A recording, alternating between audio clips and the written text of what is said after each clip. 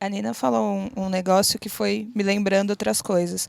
Quando a gente fala de trazer da família, por exemplo, meu pai também era um homem negro e tal, não fez faculdade.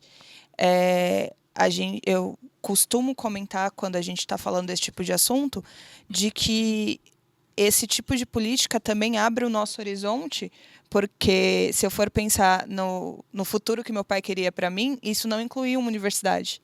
E não é porque ele não queria o melhor para mim, é que ele não via isso como uma possibilidade. O Marco Gomes, que é um empreendedor brasileiro e tal, ele tinha uma empresa de publicidade e ele é do Gama, bem da periferia mesmo ali em Brasília, ele falava uma coisa nesse sentido.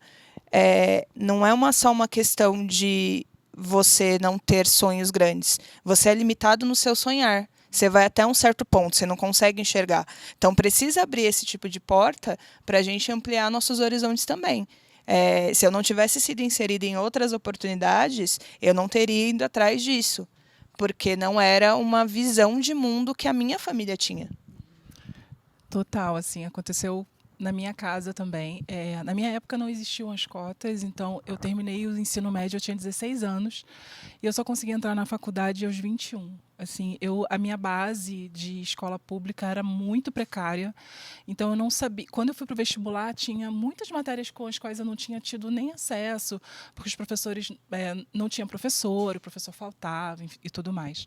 Adoraria que tivesse tido cotas na época. Mas eu acho que uma questão que muito se fala sobre as cotas para as universidades públicas, mas pouco se fala sobre a base do ensino, que começa no ensino fundamental e vai até na educação infantil, ensino fundamental e médio.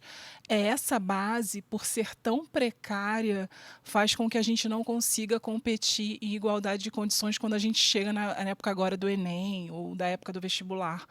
Então, isso é algo que as pessoas precisam ter em mente também. Não basta, se um dia existir a possibilidade da gente encerrar as cotas, a gente precisa melhorar essa base, porque a gente precisa, como vocês falaram, partir do mesmo ponto. E a gente não está no mesmo ponto, definitivamente não estamos.